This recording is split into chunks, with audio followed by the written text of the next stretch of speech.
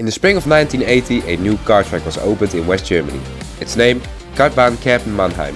Nowadays it's famous in the karting scene for its beautiful location, cool but poorly documented history and its amazing layout.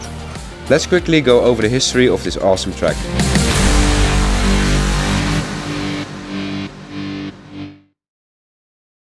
In the 1970s, karting was an upcoming form of motorsport. Its simplicity, pure racing and relatively low costs quickly made it the perfect breeding ground for the next generation of Formula 1 drivers.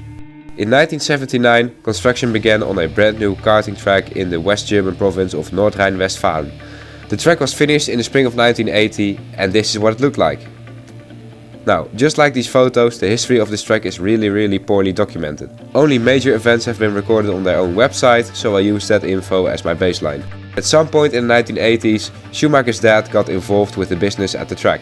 A few years later, both Michael and Ralf Schumacher were doing thousands upon thousands of laps around this track. Kerpen also became a household name in the international karting scene by this time, and various national and international races were held at Kerpen. By the time the 90s rolled around, the Schumacher brothers moved up into cars, but they still regularly visited Kerpen to do karting to keep up their driving skills, like so many other F1 drivers still do to this day.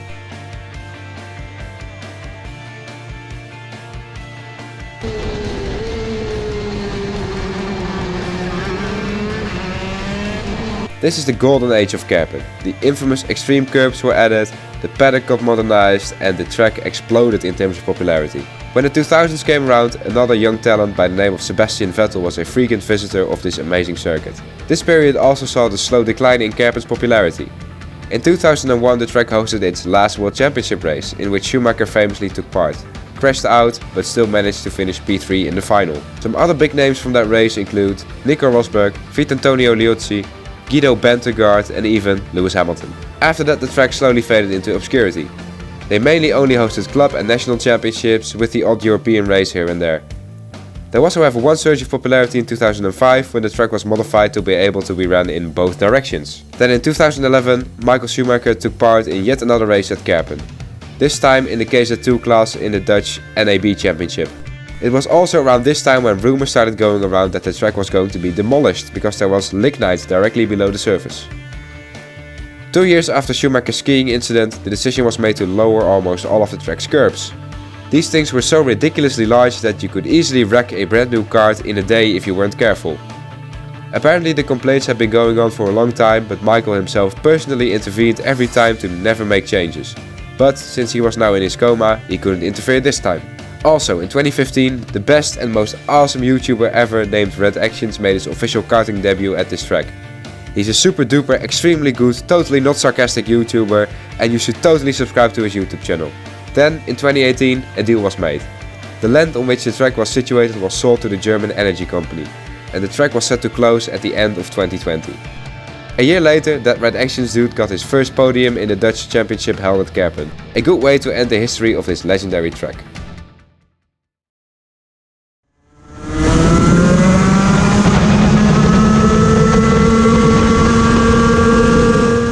But then, at the beginning of 2020, when the big global warming scare started, the German government wanted to drastically reduce the amount of lignite produced in the country. Now, let's go back a couple of years.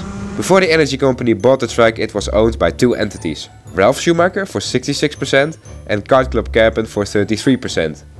They received millions of euros for the track at the time, but because the land suddenly became a liability for the energy company to own, they were willing to sell the land back for only €1. The kart track then quickly went behind Ralph's back to buy all of the land back for only €1, which is kind of a dick move but ultimately better for the longevity of the track itself. Kerpen is now owned for 100% by the Kart Club there, and I am certain that they want the best for the track. Apparently they are going to use the millions of euros that they got when they sold the kart track to the energy company to completely renovate everything, in order to host more World Championship races in the future. Let's hope they manage to pull it off. Nowadays, Kerpen is a fan favorite among many drivers. Its super challenging layout, tight corners, so much greenery around the track, its amazing food, its amazing atmosphere, its history, everything. Everyone, well, almost everyone, loves to come here and race and do testing. And of course the track has a soft spot for me because it has personal history for me as a driver, but also it's just my favorite track and favorite layout. At the time of recording this video, I have a free practice day at Kerpen nearly every week in preparation for my next race. I make vlogs about these days too, so if you'd like watching a struggling karting driver trying to make something of himself by himself, go check out the top right hand corner. To end this video, let's take a look at the evolution of the track. I'll insert a clip of me driving at Kerpen from every year I've been there. You'll not only see the track change, but also my cards, driving style and camera quality.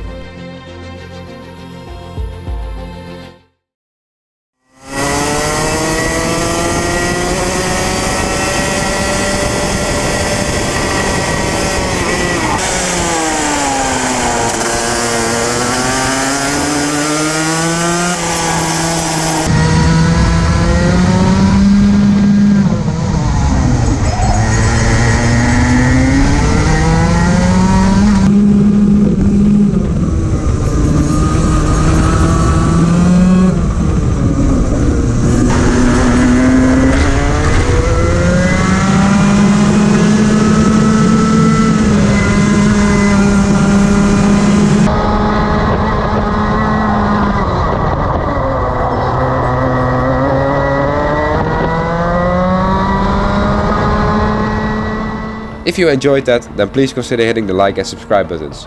It really helps me when you do that, and it will only take a fraction of your time.